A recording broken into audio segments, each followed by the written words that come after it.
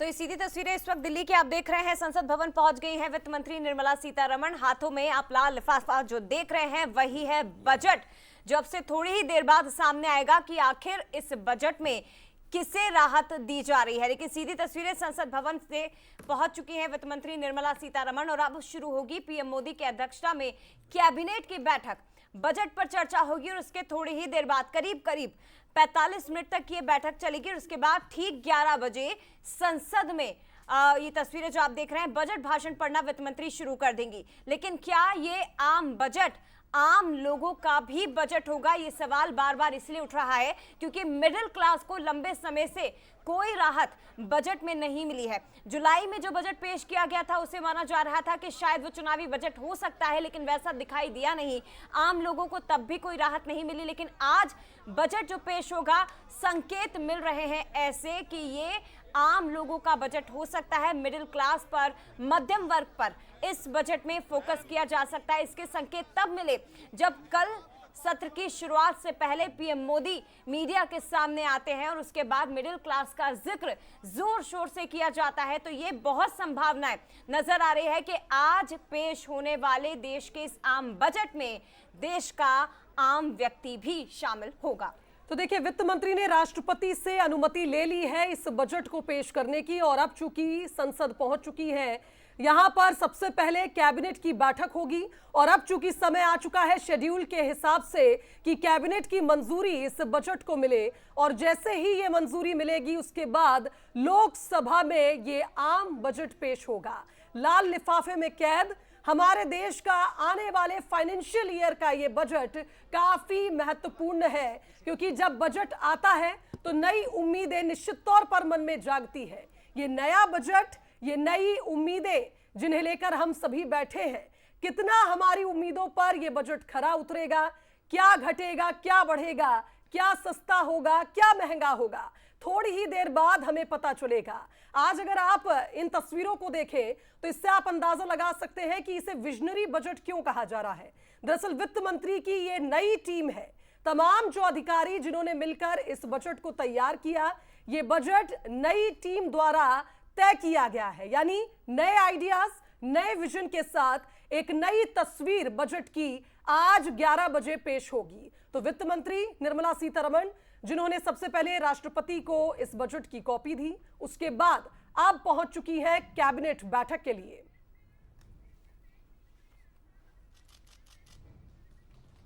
तो थोड़ी देर में संसद भवन में कैबिनेट की बैठक होने जा रही है जिसके लिए वित्त मंत्री पहुंच चुकी है और आप देखिए ये वो लाल लिफाफा उनके हाथ में, लाल रंग ऊर्जा का, शक्ति का प्रतीक।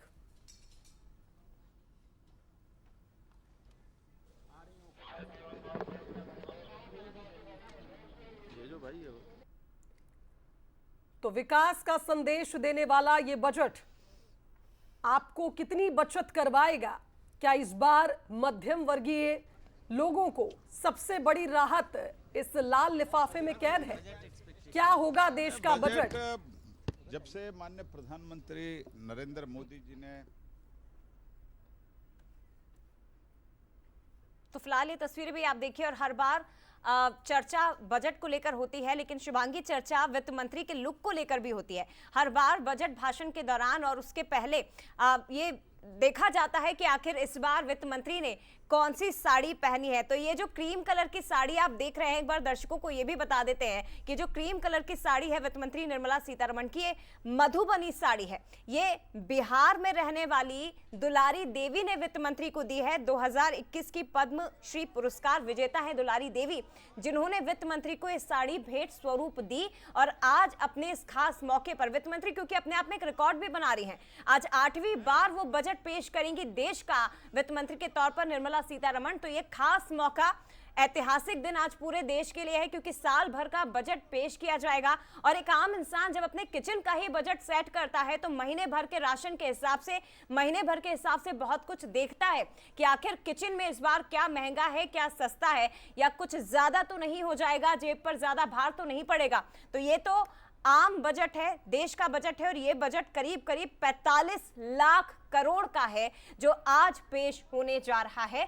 क्या खास रहेगा, किसे राहत, किसे झटका लग सकता है और आम इंसान जो देख रहा है, खासतौर पर किसानों की अगर बात करें, क्या किसानों के लिए कोई राहत या बड़ा तोहफा आज इस बजट में आएगा? रोजगार के लिए जो स्कीम्स जुलाई में ऐलान की गई थी, क्या उसे आगे बढ़ाया जा सकता है? तमाम ऐसे सवाल हैं जिनके जवाब आज ठीक 11 बजे तब मिलेंगे जब बजट भाषण शुरू होगा। तो थोड़ी ही देर बाद आप देखिए कैबिनेट की बैठक शुरू होने जा रही है। तमाम कैबिनेट मंत्री अब संसद भवन पहुंच रहे हैं और देखिए जया, जिस तरह से आपने भी जिक्र किया, लुक काफी नोटिसेबल होता है जब भी वित्त मंत्री पहुंचती हैं। ना सिर्फ उनका लुक बल्कि बजट की पोटली, लिफाफा या सूटकेस। और देखिए अब जया, चूंकि चर्चा जरूरी है तो ऐसे में हमारे गेस्ट का हम रुख करेंगे। अनुराग अग्रवाल बीजेपी सह मीडिया प्रभारी हमारे साथ चर्चा के लिए जुड़ रहे हैं। डॉक्टर अजय चंद्राकर राजनीतिक विश्लेषक है, वो हमारे साथ जुड़ रहे हैं। केदार सिरोही कांग्रेस प्रवक्ता है और जेबी पाराशर जी आर्थिक विश्लेषक हमारे साथ जुड़ रहे हैं। सभी मेहमानों का मैं स्वागत करना चाहूंगी और राजनीतिक मेहमानों का रुख करूं उससे पहले पाराशर जी, सबसे पहले आपसे ही जान लेते हैं। पॉपुलिज्म एक वर्ड इस बार इंट्रोड्यूस हुआ, यानी जनता के हित वाला ये बजट। कितनी उम्मीदें इस बार के इस बजट में? मिडिल क्लास को कितने फायदे इस लाल लिफाफे में कैद? मध्य वर्ग को टैक्स में रियायत के बारे में काफ़ी उम्मीद की जा रही है और साथ ही एमएसएमई सेक्टर में भी कुछ टैक्स की रियायतें देने के लिए काफ़ी चर्चा है। तो मुझे ऐसा लगता है कि इन दो सेक्टर्स को तो कर रियायत मिलने की काफ़ी उम्मीद है। ऐसा माना जा रहा है कि जो सैलरीड क्लास है उसको 17-18 हज़ार रुपये का इंसेंटिव मिलना चाहिए। अब जहाँ तक दूसरे और आपने बात की है तो उसमें निश्चित रूप से जॉब क्रिएशन पर सरकार का बहुत जोर रहेगा। तो मैन्युफैक्चरिंग और इंफ्रास्ट्रक्चर दो ऐसे सेक्टर हैं जिसमें काफ़ी इन्वेस्टमेंट बढ़ाना सरकार चाहेगी। पिछले भी बजट में अगर हम देखें तो वो करीबन 35% का उसमें उन्होंने ग्रोथ दिखाया था इन्वेस्टमेंट में।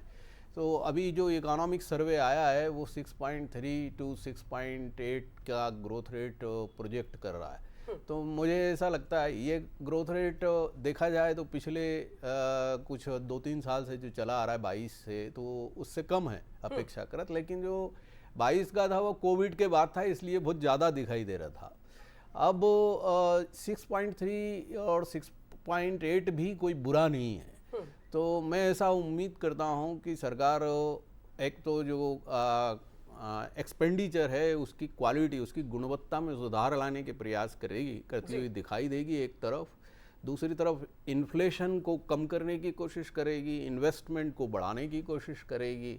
और जो मध्य वर्ग है, निम्न मध्य वर्ग है या छोटे छोटे स्टार्टअप्स हैं, एमएसएमई है, इनको भी रियायतें देती हुई। लेकिन रोजगार को लेकर अगर हम देखें, जुलाई में जो बजट पेश किया गया था वो चुनाव के पहले का बजट था और उस समय ये कहा जा रहा था कि शायद ही चुनावी बजट हो सकता है, लेकिन वैसा कुछ दिखाई नहीं दिया। युवाओं के लिए उस बजट में काफी ऐलान किए गए थे, लेकिन उस पर अभी तक कोई इंप्लीमेंट हुआ नहीं है। क्या अब जो बजट पेश हो रहा है उसमें उन घोषणाओं को, उन स्कीम्स को आगे बढ़ाया जा सकता है या कुछ और इसमें नया दिखाई देगा? क्योंकि अमल होना भी तो जरूरी है ना, ऐसा ना हो कि बजट भाषण केवल घोषणा तक सीमित रह जाए। दरअसल जितनी भी लॉन्ग टर्म की पॉलिसीज़ होती हैं, अब जैसे विकसित भारत 2047 की बात अगर की जा रही तो हम आपको ये भी कह सकता है कि भाई 25 साल आगे की बात आपने रख दी 2047 की। लेकिन जो पॉलिसीज़ हैं उनके इम्पेक्ट आने में 2-3 साल का, एक कारखाना अगर आप लगाने के लिए जाएँ तो 3 साल का उसका केवल शुरू करने में लग जाता है, उसको एस्टेब्लिश करने में। और वो जब शुरू होगा उसके जस्टेशन पीरियड, ब्रेक इवन आएगा, 2-3 साल वो लेगा। यानी कोई भी इस तरह के बड़े इंडस्ट्रीज़ हों या जॉब क्रिएशन के बड़े मौके अगर आप पैदा करना चाहते हैं तो वो तत्काल पैदा नहीं होते, उसमें थोड़ा वक्त लगता है। किसी भी सर्विस, इवन सर्विस इंडस्ट्री में भी अगर आप आज काम शुरू करें तो आपको कम से कम साल भर उसको ब्रेक इवन लाने में लग जाएगा। तो मेरा जो आपने बात उठाई है कि अभी कोई इम्पैक्ट दिखाई नहीं दिया, मान लीजिए जुलाई के बजट का इम्पैक्ट अभी ज़्यादा से ज़्यादा इंफ्रास्ट्रक्चर में जो एक्सपेंडिचर है उस पर दिखाई दे सकता है। कैपिटल एक्सपेंडिचर अगर बढ़ता है, जो कि मैं मतलब बताना चाहूँगा कि पूंजीगत खर्च का मतलब यह है कि आप अपनी असेट्स जो बिल्डिंग करते हैं उसमें अगर निवेश करती है सरकार तो उसका इम्पैक्ट रोजगार पर दिखाई दे सकता है। तो जो लंबी अवधि के निवेश हैं 3 साल 5 साल या 10 साल, वो तो हमें वक्त ही लगेगा उनमें तो, लेकिन ये है कि जॉब क्रिएशन जो है उसके लिए स्किलिंग लोगों का, अभी जो हमारे यहाँ जो समस्या है सबसे बड़ी भारत में वो ये है कि हमारा बड़ा वर्ग स्किल्ड नहीं है, जो जॉब्स हम पैदा कर सकते हैं या कर ये रहे भी हैं। तो एक चुनौती है ना पाराशर जी के जॉब क्रिएशन के लिए सरकार आखिर क्या करेगी, क्योंकि सबसे बड़ी चुनौती तो यही है, रोजगार या बेरोजगारी क्या होगा, युवा हर बार टकटकी लगाकर देखते हैं। हमारे साथ राजनीतिक मेहमान भी जुड़े हुए हैं। अनुराग अग्रवाल जी, कल प्रधानमंत्री मोदी जब मीडिया के सामने आते हैं तो एक लक्ष्मी मंत्र वो पढ़ते हैं, मैं भी पढ़ के सुना देती हूँ। सिद्धि बुद्धि प्रदे देवी भुक्ति मुक्ति प्रदायिनी मंत्र मूर्ते सदा देवी महालक्ष्मी नमोस्तुते। ये वो मंत्र था और उसके बाद उन्होंने जिक्र किया मिडिल क्लास का। तो क्या ये पूर्व में ही संकेत उन्होंने दे दिए हैं कि इस बार आम बजट में मिडिल क्लास का हम ध्यान रख रहे हैं? उम्मीद करें आज आम आदमी कि ये बजट आम लोगों के लिए भी हो। देखिए, देश के प्रधानमंत्री अगर कोई बात कहते हैं तो मुझे लगता है इसमें संदेह की कोई गुंजाइश नहीं होनी चाहिए, और अगर प्रधानमंत्री नरेंद्र मोदी जैसा व्यक्ति हो तो बिल्कुल भी इसमें संदेह नहीं करना चाहिए। देश के आर्थिक और सामाजिक और सर्वांगीण विकास में तीनों वर्गों का बड़ा महत्वपूर्ण योगदान होता है, जिसमें निम्न वर्ग, मध्यम वर्ग और उच्च वर्ग की बात करें। हमेशा विभिन्न वर्गों की बात होती है, मध्यम वर्ग की बात कम होती है। कल मोदी जी ने बहुत स्पष्ट शब्दों में कहा है कि मध्यम वर्ग के लिए बड़ी योजनाएं हम लेकर आए हैं, और उसकी शुरुआत मोदी जी ने प्रारंभ कर दी है। हम 8वें वेतन आयोग के लागू कर रहे हैं, उसके लिए आयोग बन चुका है, जो आगे जाके 8वें वेतनमान आयोग के लिए लागू होगा। यूपीएस जो पेंशन स्कीम है, जिसमें बेसिक सैलरी के 50% पेंशन देने की बात हो चुकी है। प्रधानमंत्री आवास योजना एक ऐसी योजना थी जो निम्न आय वर्गों के आवास के लिए एक बहुत बड़ी योजना थी। 8 करोड़ से ऊपर आवास बनाए गए। अब उस प्रधानमंत्री आवास में छूट दिया गया है। पहले 2011 के आधार पर प्रधानमंत्री आवास हुआ, 2016 के आधार पर प्रधानमंत्री आवास प्लस हुआ। अब 2024 का एक सर्वे आ रहा है जिसमें प्रधानमंत्री आवास में निम्न मध्यम वर्गीय परिवार को छूट देते हुए उन्हें भी प्रधानमंत्री आवास के स्कीम में लाया गया है। जैसे जिनके पास पहले 2 व्हीलर था उनको छूट नहीं दी गई थी, इनको इस आवास में छूट दी जा रही है। जिनके पास 2.5 एकड़ सिंचित भूमि और 5 एकड़ असिंचित भूमि थी, जो ये निम्न मध्यम आय वर्ग थे, उनको भी प्रधानमंत्री आवास में लाया गया। इंफ्रास्ट्रक्चर में, रेल में, जल जीवन में, सड़कों में लगातार जो इन्वेस्टमेंट हो रहा है, लगातार जो पैसे लग रहे हैं, ये पैसा घूमकर मार्केट में आता है और ये रोजगार उत्पन्न करता है। एकदम 2 बजे के बाद बजट आना चालू होगा और एकदम सत्य है कि मध्यम आय वर्ग के लिए विभिन्न प्रकार की योजनाएं आएंगी, ऐसा दिख रहा है। बिल्कुल अनुराग जी, लेकिन आप कह रहे हैं कि जब मार्केट में पैसा घूम कर आता है तो निश्चित तौर पर इससे लोगों को लाभ मिलता है, लेकिन मार्केट में आने वाला पैसा तो लोग ही देते हैं। टैक्स रिजीम की जो बात हो रही है इस बार, अगर हम उसे बढ़ाते हैं, 10 लाख तक उसको लेकर भी जाते हैं, तो इससे कितने करोड़ लोगों को इसका प्रभाव झेलना होगा? क्योंकि अगर हम आय की बात करें तो हमारे देश में 3 लाख से कम रुपए जिनकी आय है, 3 लाख से कम वाले उसमें आते हैं कैटेगरी में, 80 करोड़ लोग हैं। उसके बाद अगर 3 लाख से 10 लाख बढ़ाएं तो वहां पर कुल मिलाकर 50 करोड़ के आसपास की बताई जा रही है जो हम देखें अगर लोगों की जो संख्या है। ऐसे में अगर आप टैक्स रिजीम में भी थोड़ा बहुत फायदा दे देते हैं तो क्या इससे मिडिल क्लास पर जो टैक्स का भार है वो कम होगा, या फिर इससे हम ये कहें कि कुछ वर्ग ही इससे अछूता रह जाएगा, कुछ वर्ग तो अभी भी उसी प्रकार अपनी आमदनी बढ़ाएगा और टैक्स से बचेगा? देखिए, जो टैक्स स्लैब है वो बना ही इस आधार पे जाता है कि कम आय वाले को कम टैक्स देना पड़े और अधिक आय वाले को अधिक टैक्स देना पड़े। और जब ये टैक्स का स्लैब जो लगातार बढ़ते जा रहा है, जिसमें लगातार छूट हो रही है, मध्यम वर्ग को इसमें निसंदेह ही फायदा होता है। और अब बजट में ये स्पष्ट हो जाएगा। मुझे लगता है अब काल्पनिक बातों का समय खत्म हो गया। अब तो इंतजार करना चाहिए कि बजट में क्या क्या होने वाला है और उसके क्या क्या प्रभाव आएंगे। एकदम स्पष्ट है भारतीय जनता पार्टी का सिद्धांत कि हम दीनदयाल जी के उस सिद्धांत पे काम करते हैं जिसमें अंत्योदय तक हर योजना का लाभ पहुंचाना चाहिए। अंतिम पायदान पर खड़े हुए व्यक्ति को ये लाभ पहुंचना चाहिए। कांग्रेस, लेकिन एक बात इससे भी हम नहीं पीछे हट सकते अनुराग जी कि फ्री बीज जो है ये भी कहीं ना कहीं भार बढ़ाती है, प्रदेश पर बढ़ाती है, कर्ज में प्रदेश डूब जाते हैं। बजट आता है लेकिन फ्री बीज योजनाएं भी कहीं ना कहीं इस बजट को डिस्टर्ब करती हैं। क्या इस बात को मानेंगे आप? शुभांगी जी, अगर ना लगातार वंचित वर्ग को प्रधानमंत्री आवास देने को अगर आप फ्री बीज कहते हैं तो मुझे लगता है हम इससे सहमत नहीं है। वो वर्ग जो आजादी के 70 साल तक लगातार नहीं, मैंने तो किसी योजना का नाम भावनाओं नहीं से लिया। दूर रहा, मैं लगातार कह रही हूँ सामाजिक योग्यता से फ्रीबीज दूर जो रहा, दी लगातार जाती विकास है, के रास्ते वो से दूर रहा, प्रदेश के उसे बजट से आवाज ही देना जाती मुझे है। लगता है फ्री अब बीज की प्रदेश श्रेणी में पर नहीं अगर लेना भार चाहिए। बढ़ेगा, तो सुन कहेंगे तो बात लीजिए पूरी होने दीजिए। अनुराग जी मेरा कहना यह है, फ्रीबीज के लिए मैंने बात करी है, किसी योजना को मैंने टैग नहीं किया। आप खुद योजना की बात कर रहे हैं तो इस पर मैं कुछ नहीं कहना चाहूंगी, लेकिन इसका भार प्रदेश पर पड़ता है। आज मध्य प्रदेश टकटकी लगाए बैठा है कि हमारे बजट को इस आम बजट में थोड़ा बढ़ाया जाएगा। क्या प्रदेश पर बढ़ रहा भार एक बड़ी वजह नहीं बन जाता है? आम जनता की जेब पर भारी पड़ता है ये टैक्स के रूप में।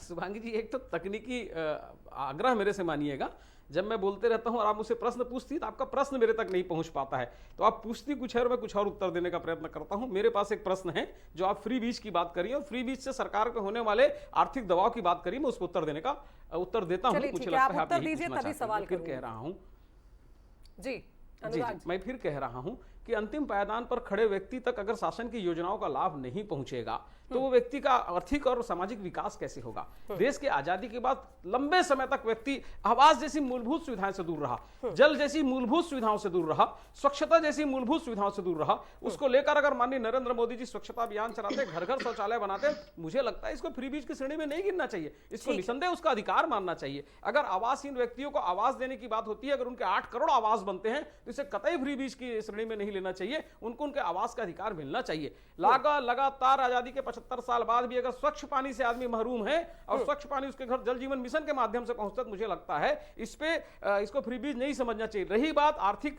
दबाव की जो राज्यों पे पड़ रहा है, मैं कहता हूं उस पे अन्य संसाधन निकाले जा सकते हैं, अन्य संसाधनों पे प्रयास होना चाहिए। जब घर के खर्चे बढ़ते हैं, घर के अंतिम व्यक्ति तक पैसा पहुंचता है, तो मुखिया को चाहिए कि आय के अन्य स्रोत देखें। और ठीक है अनुराग जी, देश का बहुत सी मुखिया बातें आपने विश्वास करी, करिए, फ्रीबीज इतना को लेकर मजबूत भी मुखिया काफी है कि आपने आय के अन्य जानकारी स्रोत दी है, लेकिन ग्रोथ पर फिर खर्च कैसे किया जाएगा, कैसे डेवलपमेंट पर खर्च होगा? अगर फ्रीबीज की स्कीम्स ऐसे ही चलती रहेंगी तो आम जन का, गरीब का आप ध्यान रख रहे हैं, ये बहुत अच्छी बात है सर, लेकिन फिर ग्रोथ रेट को भी हमें ध्यान में रखना पड़ेगा। इसका भी जवाब मैं आपसे लूंगी, लेकिन कांग्रेस के पास पहले चलते हैं। केदार सिरोही जी, क्या कहेंगे, क्या उम्मीद कर रही है कांग्रेस इस बजट से?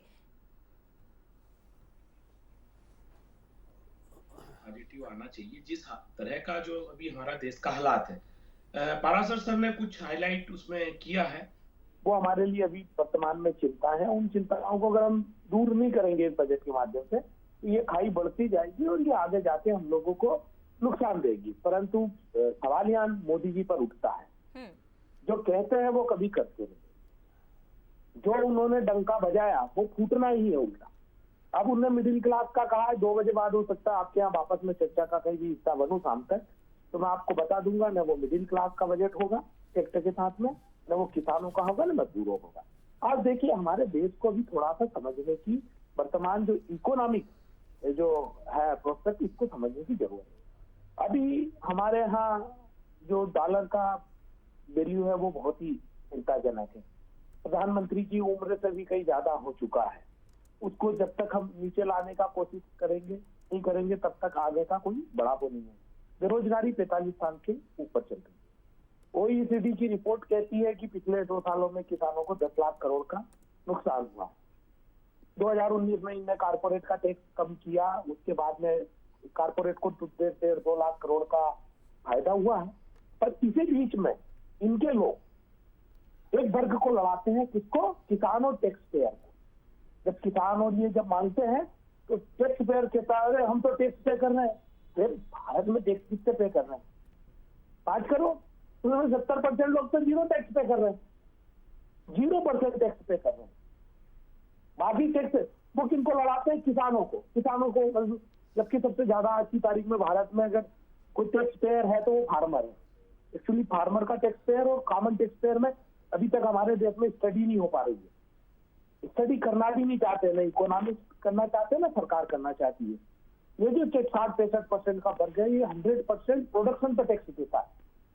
किसान जितना भी प्रोडक्शन करता है वो बेचने आता है तो मंडी में उसका टैक्स लगता है, चाहे वो प्रॉफिटेबल हो ना हो। 2 रुपए में आलू बिक रहा हो, 100 रुपए बिक रहा हो, उसकी प्रॉफिट कास्ट पे नहीं होता है, उसके टोटल प्रोडक्शन होता है। दूसरी बात, वो एक ऐसी इंडस्ट्री है जहां पर उसको रिबेट नहीं मिलता है। मान लो उसने जो भी सामान खरीदा है वो तो टैक्स पे किया है, सब पे टैक्स है, किसी भी चीज पे टैक्स का छूट नहीं है फार्मर को, तो वो सब पे टैक्स पे कर रहा, उसकी प्राइस भी वो डिफाइन नहीं कर रहा, तो उसको जो घाटा लग रहा उस पर कोई कभी हमारे यहाँ पर चर्चा जैसी स्थिति नहीं बन रही। एक वो बहुत बड़ा है। आगे वाला जो इकोनॉमी अभी हमारा जो है वो अभी ग्रोथ रेट छोटा आ रहा, 6.5% का एज्यूम किया। देखिए वो पाराशर सर ने भी कहा है कि अभी हमारे यहाँ 2-3 सेक्टर है जिनमें एम्प्लॉयमेंट जनरेट कर सकते हैं। पहला तो हमारा एग्रीकल्चर है, जो 50-60% जो भी डेटा कह लीजिए, एक्चुअली जनगणना नहीं हो रही है तो सही डेटा बता ठीक है, कुल मिलाकर कांग्रेस तो सवाल खड़े कर रही है। हालांकि थोड़ी सी देर का इंतजार हमें करना पड़ेगा केदार सिरोही जी, लेकिन जरूरी ये भी है कि कांग्रेस भी इस पर सुझाव दे कि आखिर अगर इस सर्वे से, इकोनॉमिक सर्वे से या इस बजट से कांग्रेस संतुष्ट नहीं हो पा रही है तो फिर क्या करना चाहिए। अगर आप होते तो क्या करते, वो भी मैं पूछूंगी। सर एक मिनट, मैं आती हूँ सर आपके पास, आती हूँ आपके पास। डॉक्टर अजय जी बहुत देर से इंतजार कर रहे हैं, जल्दी से सर, जल्दी। देखिए हम कह रहे हैं जनगणना करा लीजिए, पता पड़ जाएगा। हाँ। और दूसरा मेरा जो मेन सब्जेक्ट है उसमें वो छूट जाएगा। फार्मर जो आज की तारीख में इंडियन एग्रीकल्चर है वो प्रॉफिटेबल और एम्प्लॉयमेंट जनरेट का नहीं हुआ। 80% लोग उसमें छोटे किसान वो सिर्फ भरण पोषण कर रहे हैं, मतलब उनके लिए अब एम्प्लॉयमेंट जनरेट करने की जरूरत देश को आन पड़ी। अगर उस पर 4-5 साल के आगे में प्लानिंग नहीं किया तो बहुत बड़ा नुकसान जाएगा, क्योंकि लिविंग ठीक है, लेकिन इस बजट में छोटे किसानों का किस तरह से ध्यान रखा जा रहा है ये भी आगे हम देखेंगे। अजय जी 2022 में इनकम दुगनी हो गई है। ठीक है, अजय जी क्या कहेंगे सर, कैसे देखते हैं आज का दिन? क्या ये बजट आम लोगों के लिए होगा या किस सेक्टर में ध्यान दिया जा सकता है आज पेश होने वाले बजट में? बिल्कुल जया जी, कल चीफ इकोनॉमिक एडवाइजर का जो आर्थिक समीक्षा सदन के पटल पर रखा गया, उसमें हमारा बजट जो आने वाला है उसका लगभग संकेत मिल चुका है। पहली बात यह है कि ग्रोथ की बात हुई 6.3 से 6.8। इसे हम ग्लोबल या फिर विकसित राष्ट्रों के साथ तुलना करते हैं तो यह अनुमान काबिले तारीफ है, इसकी प्रशंसा होगी, क्योंकि सर्वत्र जो चुनौतियां हैं उन दृष्टिकोणों से। लेकिन चीफ इकोनॉमिक एडवाइजर ये भी कहते हैं कि अगर आपको 2 विकसित कंट्री बनना है 47 तक तो आपको 8% ग्रोथ चाहिए। फिर आगे वो कहते हैं कि जो सबसे बड़ी बात है, जीएसटी का कलेक्शन एवरेज प्रति माह 1,82,000 करोड़ था, उसमें 11% ग्रोथ करना है। इसका मतलब है कि लगभग 20,000 करोड़ रुपया अतिरिक्त इनडायरेक्ट टैक्स से लेना है। ये बहुत बड़ी बात है, जिसके कारण इन्फ्लेशन, और इन्फ्लेशन की बात आती है तो 2 राष्ट्रों के साथ कल सदन के पटल पर जो रखा गया आर्थिक सर्वे, उसमें चाइना और भारत की तुलना की गई। भारत में जो इन्फ्लेशन है उसमें चिंता जताया गया है और चाइना का इन्फ्लेशन को डी इन्फ्लेशन कहा गया। हम कोई और ये भी बात कही गई है कि आने वाले समय में only agriculture and service sector यह सबसे महत्वपूर्ण होगा। मैन्युफैक्चरिंग में हम यहाँ पर पीछे हो रहे हैं। चीफ इकोनॉमिक एडवाइजर कल यह स्पष्ट संकेत पड़ चुके, तो यहाँ पर चुनौतियां बहुत है।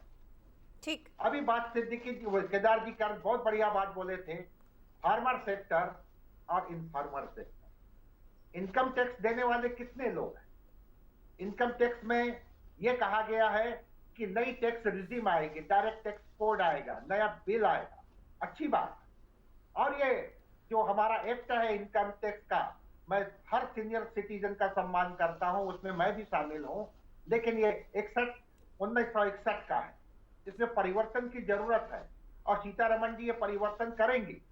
लेकिन 72% लोग न्यू टैक्स रिजिम में है, 9 करोड़ लोग टैक्स देते हैं, 6 करोड़ लोगों का जीरो हो जाता है।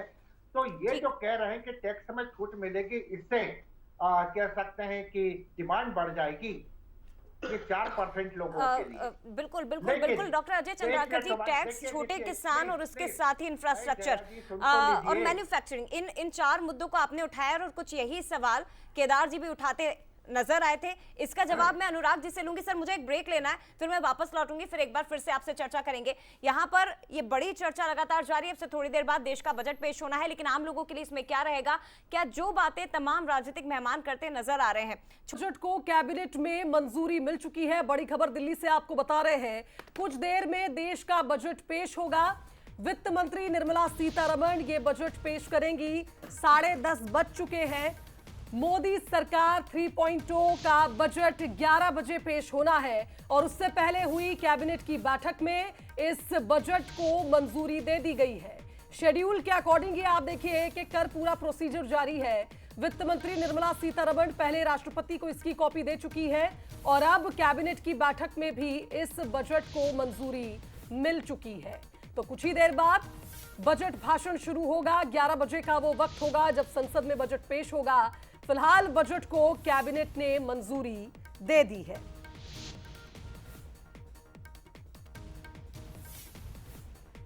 तो चलिए, हमारे साथ एक विश्लेषक पैनल भी मौजूद है, उनका भी हम रुख करेंगे।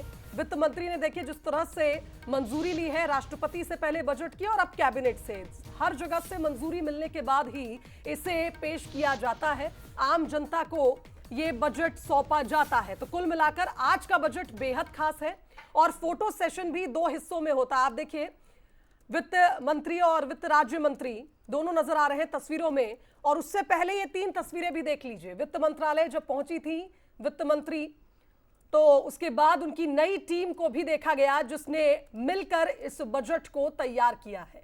इसके बाद राष्ट्रपति द्रौपदी मुर्मू से मुलाकात करने पहुंची थी वित्त मंत्री, और इसके बाद संसद भवन में बैठक हुई कैबिनेट की, जिसमें इस नए बजट को मंजूरी मिल चुकी है।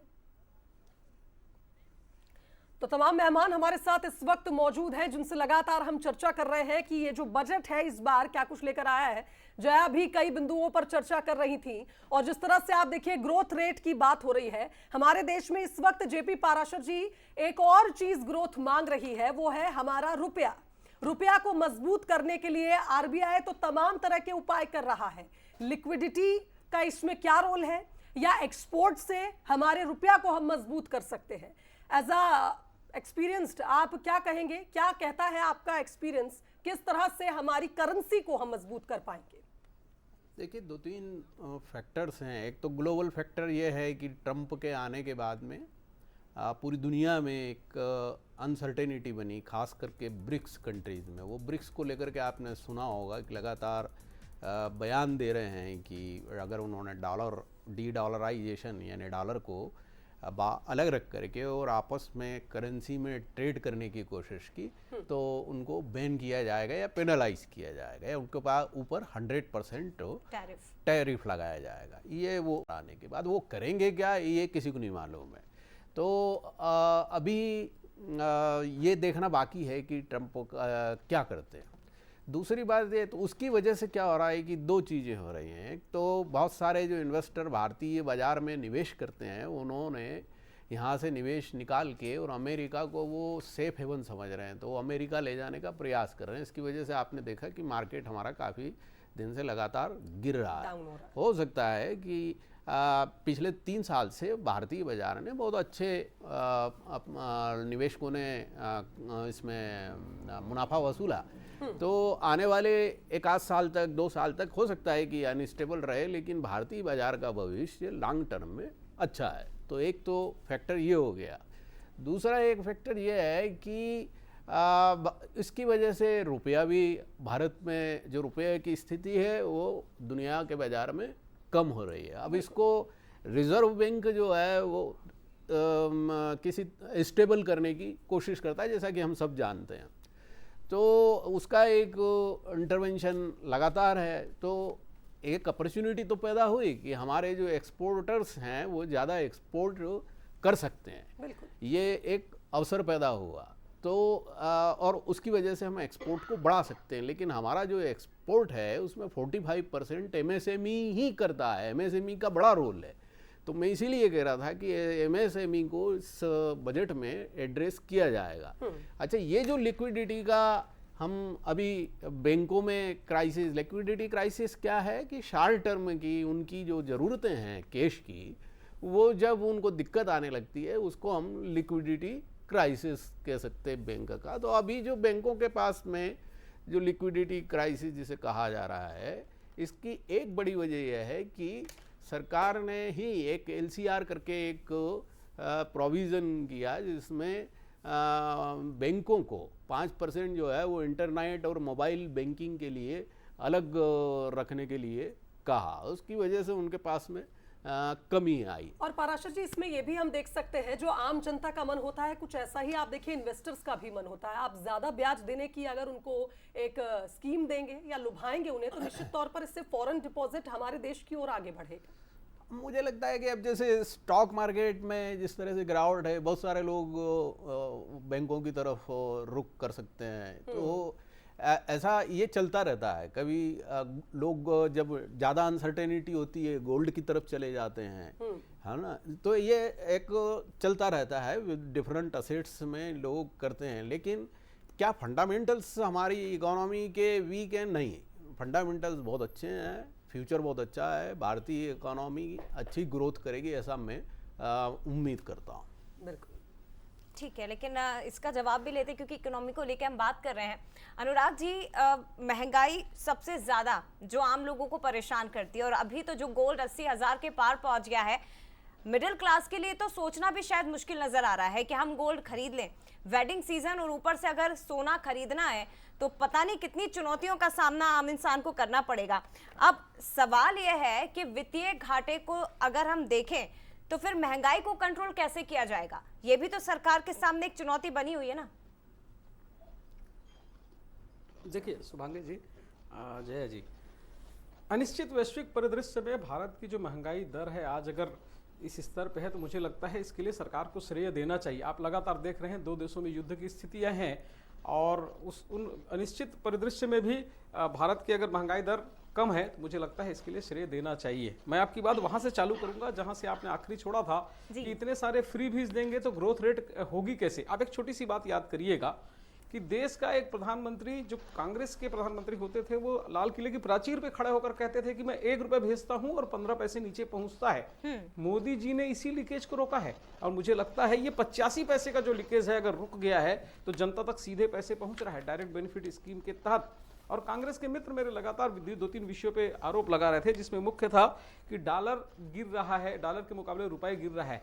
वर्तमान वैश्विक अनिश्चित परिदृश्य के बावजूद भी देश की जनता को याद है महोदय कि कांग्रेस के समय देश की स्थिति ऐसी थी कि सोना बाहर गिरवी रखना पड़ा था। और जिस महंगाई दर की बात कर रहे हैं वो 2013-14 में 13% 2 अंकों में लगातार चलता था और आज वो 3.2% पर है। ये एक बहुत बड़ी बात है किसान के लिए। जब पूरे देश में पूरे विश्व में युद्ध की स्थिति होने के बाद खाद की कीमत बढ़ी तब 2-2.5 लाख करोड़ की सब्सिडी देके आज खाद की कीमत स्थिर रखने का काम माननीय नरेंद्र मोदी जी ने किया है और आज किसान को खाद उसी कीमत पर मिल रही है जब जो युद्ध के पहले थी। जो भी उसके पीछे नुकसान है वो सरकार स्वयं वहन कर रही है। और एक बड़ी बात, कृषि क्षेत्र के ऐसे छुपे हुए बेरोजगारी जो कृषि क्षेत्र के बाद बाकी समय पे वो बेरोजगार होते थे उनका उपयोग विभिन्न क्षेत्रों में हो रहा है। आज इंफ्रास्ट्रक्चर की हालत देखिए, सड़क मार्ग में 2013-14 में मैं देख रहा था यहाँ पे कि प्रति वर्ष लगभग 12 किलोमीटर की सड़क बनती थी। 2014 पर प्रतिदिन मात्र 12 किलोमीटर की सड़क बनती थी, आज 36 किलोमीटर की सड़क बन रही है। रोजगार, शिक्षा के क्षेत्र में और हेल्थ के क्षेत्र में लगातार इन्वेस्टमेंट ये सरकार बढ़ा रही। शिक्षा के क्षेत्र में अभी लगभग 9.220 मतलब 9,20,000 करोड़ रुपए का इन्वेस्ट होने वाला है। आंकड़े लेकर बैठे हैं। मैं इजाजत आपसे लेना चाहूंगी अगर एक सवाल आपसे कर सकूं, क्योंकि जया ने जो सवाल किया था शायद उसका जवाब आपने नहीं दिया। सड़कों का नेटवर्क हम देख रहे हैं, किसानों को खाद में मिल रहा फायदा भी देख रहे हैं, लेकिन आप कह रहे थे कि एक ऐसा भी समय था जब सोना गिरवी रखते थे। अब तो ये हालात हो गए हैं कि सोना गिरवी रखने के लिए, खरीदने के लिए भी हमारे पास सोने के लिए पैसे नहीं हैं। इस पर आपके क्या विचार थे, ये जानना चाह रहे थे, क्योंकि आपने कई बार फ्रीबीज को बार हाईलाइट किया मेरे एक सवाल पर। तो आपसे ये भी जानना चाहेंगे कि जो महंगाई बढ़ रही है, जिस तरह से सोने के भाव में बढ़ोतरी हो रही है, आम जनता कैसे सेविंग्स करे, कहाँ इन्वेस्ट करे, कहाँ अपना ऐसा एसेट तैयार करे जिससे उसके परिवार का भविष्य सिक्योर कर पाए। इंश्योरेंस को लेकर, बैंकिंग को लेकर तमाम फैसले लिए जा रहे हैं, लेकिन क्या इसका फायदा उस वर्ग तक पहुंच पा रहा है जिससे सहायता की सबसे ज्यादा जरूरत है? और खर्च करने के लिए बचना भी जरूरी है सर, जेब में पैसा भी होना चाहिए। अनुराग जी जल्दी से। शुभांगी जी, अभी जयप्रकाश जी ने इस बात का उत्तर बहुत अच्छे तरीके से दिया। मुझे लगता है उस बात को मैं आगे बढ़ाता हूं। एक समय था जब देश का जो इंडेक्स है, देश का जो सूचकांक है, वो पूर्ण रूप से फॉरेन इन्वेस्टर पर निर्भर रहता था। आज मध्यम वर्गीय परिवार लगातार शेयर में इन्वेस्ट कर रहा है और देश का जो सूचकांक है वो फॉरेन इन्वेस्टर पे निर्भर नहीं है। अभी लगातार लगभग 1 लाख करोड़ से ऊपर उन लोगों ने निकाला और उसकी लगभग 80% से 90% की पूर्ति ये देश की जनता ने किया। वो पैसा कहां से आया? वो पैसा जो इंफ्रास्ट्रक्चर मध्यम वर्गीय परिवार किस लाख जो को देश कह ने रहे हैं? लगातार 3 लाख इंफ्रास्ट्रक्चर से पे, कम वाले जल या जीवन उससे पे ज्यादा वाले? खर्च किया, वही जनता की अनुराग जेब जी, में पहुंचा है। मध्यम और एक वर्गीय बात- बता और एक दीजिए। बात जी जी जी जी, फिर आप कहेंगे कि आप पूछती जाती है, मैं सुन नहीं पाता हूं। मैं बस ये जानना चाह रही हूं, मध्यम वर्गीय आपने कहा जो शेयर में इन्वेस्ट कर रहे हैं, आप मध्यम वर्गीय परिवारों की अगर बात करें तो इसमें भी 2 कैटेगरीज हैं। अगर आप उनकी बात कर रहे हैं जो हर रोज कह रहे हैं कि सिलेंडर महंगा है, बिजली महंगी है, उनकी बात कर रहे हैं तो वो शेयर में इन्वेस्ट करते हैं, इसकी हम गारंटी तो नहीं लेंगे। लेकिन अगर आप बात कर रहे हैं इन्वेस्टमेंट की, तो कौन से मध्यम वर्गीय परिवार की आप बात कर रहे हैं वो स्पष्ट कर दीजिए, कौन से टैक्स स्लैब वाले? मुझे लगता है शुभांगी जी, जब अगर वो महंगाई, वो सिलेंडर महंगे होने की बात करता है और 1000 रुपए महीना हम अगर महतारी वंदन में देने की बात करते हैं तो आपको आपत्ति होती है। दूसरी बात मैं कह रहा हूं कि देश में जब 2014 में मात्र 2 करोड़ लोग इनकम टैक्स देते थे, आज इनकम टैक्स पेयर की संख्या अगर 6 करोड़ बनी तो कौन है? वो वही मध्यम वर्गीय परिवार है जो वही मध्यम वर्गीय परिवार आपसे राहत की उम्मीद करा। अनुराग जी, मैं लौटूंगी आपके पास सर, लौटूंगी, बाकी मेहमान भी इंतजार कर रहे हैं। सर मैं आती हूँ आपके पास और भी चर्चा हम आगे करेंगे। जी केदार सिरोही जी, क्या कह रहे हैं सर आप?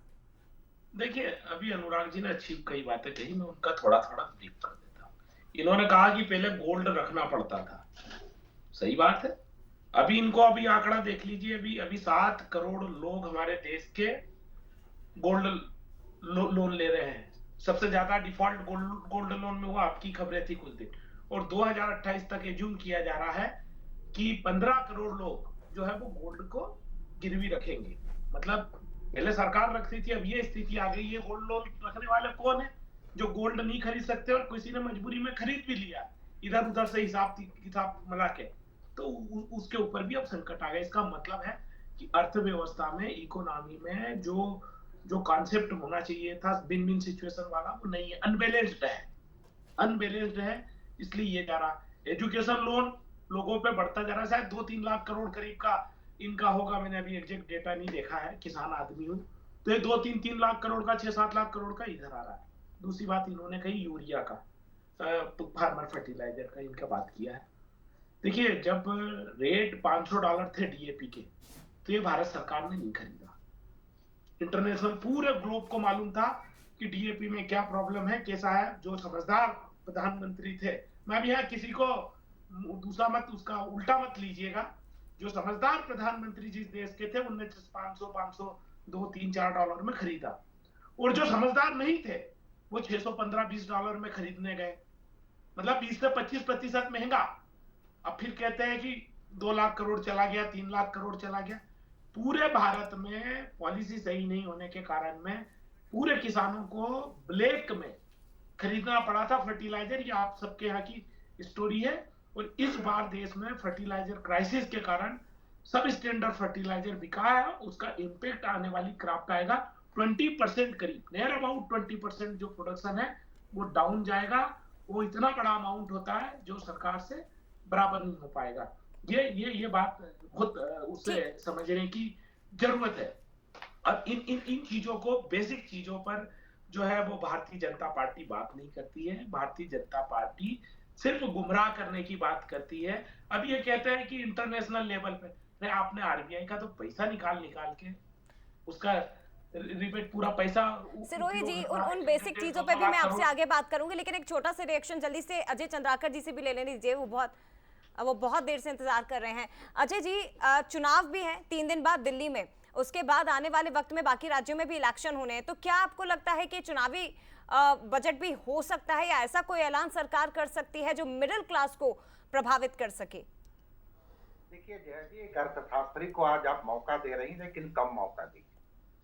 नंबर 2, सबसे बड़ी बात यह है, शिकायत नहीं है अर्जित। दूसरी बात यह है कि यहाँ पर इकोनॉमिक चीफ एडवाइजर की जो मैं बात कर रहा था, वो पूरा संकेत दे चुके।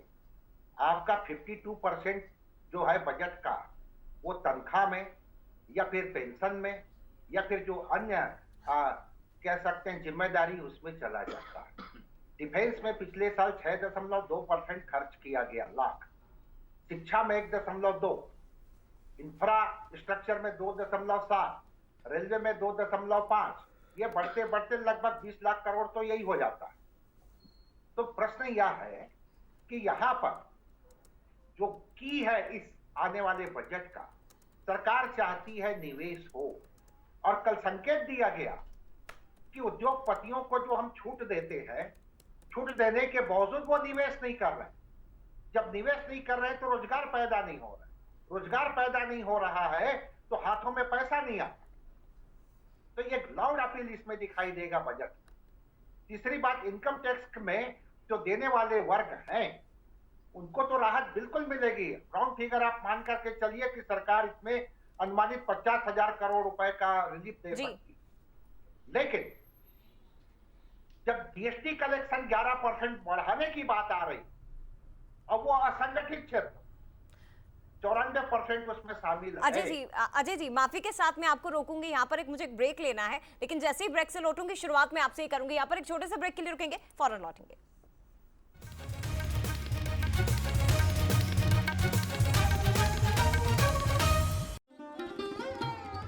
सबसे बड़े महापर्व महाकुंभ 2025 की तैयारी के लिए प्रयागराज पूरी तरह से तैयार है और इस तैयारी में गंगा नदी की पवित्रता और स्वच्छता को बनाए रखने के लिए राष्ट्रीय स्वच्छ गंगा मिशन द्वारा कई बड़े कदम उठाए गए हैं।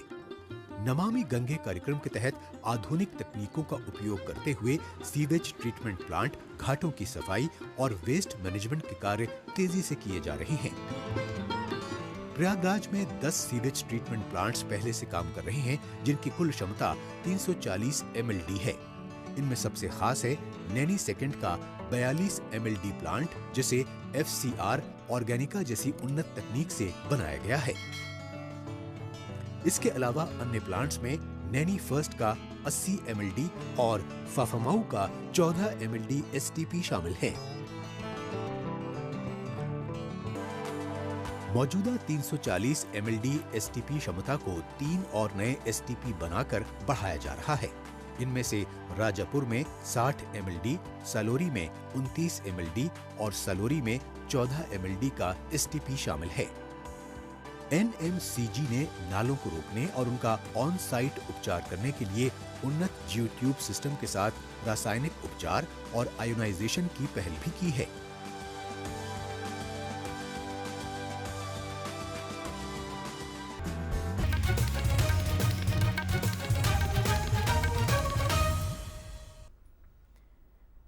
चलिए ब्रेक के बाद एक बार फिर से आप सभी का स्वागत है और बड़ी कवरेज आज पेश होने वाला है देश का आम बजट। तमाम राजनीतिक मेहमान और इसके साथ ही एक्सपर्ट हमारे साथ जुड़े हुए हैं, उनकी नजर में ये बजट कैसा होने वाला है। सबसे पहले डॉक्टर अजय जी आप अपनी बात पूरी करिए। देखिए, इस बजट में सरकार अपना राजकोषीय घाटा कम करेगी। नंबर 2, निवेश के लिए सरकार की तरफ से कैपेक्स लगभग 11 लाख करोड़ रुपया वो खर्च करेगी।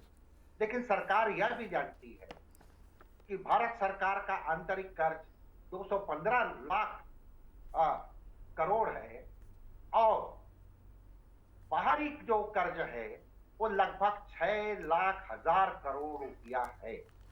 अभी सिर्फ इंटरेस्ट पटाने के लिए 10,61,000 रुपया बारो किया गया। तो इन चुनौतियों के बीच में सरकार जब 6.3 से 6.8% ग्रोथ की बात कर रही है, ग्लोबल कंपेयर हम करते हैं तो ये भारत के पक्ष में जाएगा। उनको जो सोशल सेक्टर में काम करना है उसके ऊपर तो प्रावधान करेंगे ही, लेकिन मूल बात यह है चुनौती जिसे मैं बार बार कहना चाहता हूं कि जीएसटी कलेक्शन को वो 11% बढ़ाना चाहते हैं। तो निश्चित रूप से वो तब बढ़ेगी जब आप नागरिकों के, चाहे असंगठित क्षेत्र का हो या फिर संगठित क्षेत्र का, उनके जेब में पैसा देंगे। लेकिन इनकम टैक्स में छूट मिलने से निश्चित रूप से ऑर्गेनाइज सेक्टर के लोगों को लाभ मिलता है, जिसमें मैं भी शामिल हूं। असंगठित क्षेत्र के लोगों को लाभ नहीं मिलता, उनको तो जीएसटी में ही पैसा देना है, इसलिए उनके लिए सरकार कुछ और योजना ला सकती है। अब बात है आरबीआई का। आरबीआई को भी सरकार निर्देश देगी भविष्य में, क्योंकि आरबीआई जिस तरह से इंटरेस्ट रेट को बढ़ा करके रखी है, जिसके कारण से एसएमई सेक्टर में या फिर उद्योगपतियों के द्वारा निवेश नहीं हो रहा है, निवेश को बढ़ाने के लिए इंटरेस्ट रेट में कटौती हो।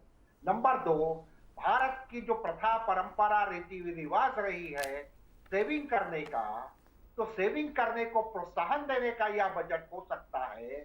खास तौर से सीनियर सिटीजन जो लोग एफडी करके रखते हैं, तो एफडी में जो 10,000 के बाद टैक्स लग जाता है, उसमें छूट की बात हो सकती है। और सबसे महत्वपूर्ण बात यह है, सरकार स्वयं मान रही है कि डॉलर का तो विषय अलग अपनी जगह है, लेकिन महंगाई बड़ी चुनौती है। महंगाई को कम करने के लिए ये लॉजिस्टिक क्षेत्र की बात आती है, परिवहन की चर्चा होती है। डीजल में जो एक्साइज है उसको अगर सरकार कम करती है तो निश्चित रूप से महंगाई के ऊपर अंकुश लगाया जा सकता है। ठीक है अनुराग जी, जो तमाम सवाल उठाए गए हैं डॉक्टर अजय चंद्राकर जी की भी ओर से, और हालांकि कुछ सलाह भी उनकी तरफ से दी गई है। विकसित राष्ट्र के साथ अगर बात करें तो ग्रोथ रेट को लेकर बातें हो रही हैं, राजकोषीय घाटा कम कैसे करेगी सरकार, ये भी एक बड़ा सवाल, और इसके साथ ही निवेश को बढ़ाने के लिए इंटरेस्ट रेट में कमी कैसे आएगी, ये भी एक सवाल उनकी ओर से उठाया गया है। चुनौतियां तो हैं।